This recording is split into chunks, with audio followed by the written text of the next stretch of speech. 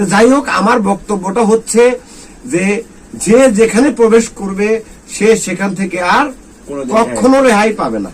আর জান্নাতি যারা, তারা মোমেন বান্দা, হ্যাঁ, তাদের ফ্যাসিলিটি থাকতে পারে, কিন্তু যারা জাহান্নামী তারা তো কাফের।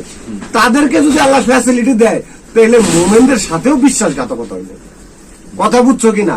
কারণ মোমেনরা এই দুনিয়াতে ভালো কিছু না খায়া, ভালো একটা কাপড় না পইরা, শুধুমাত্র জনগণের জন্য কাজ করছে এবং সুখ শান্তি কখনো দেখে নাই, এবং দান করছে আল্লাহকে জয়ী করার জন্য, এবং শেষ মুহূর্ত পর্যন্ত শহীদ হয়েছে আল্লাহর জন্য।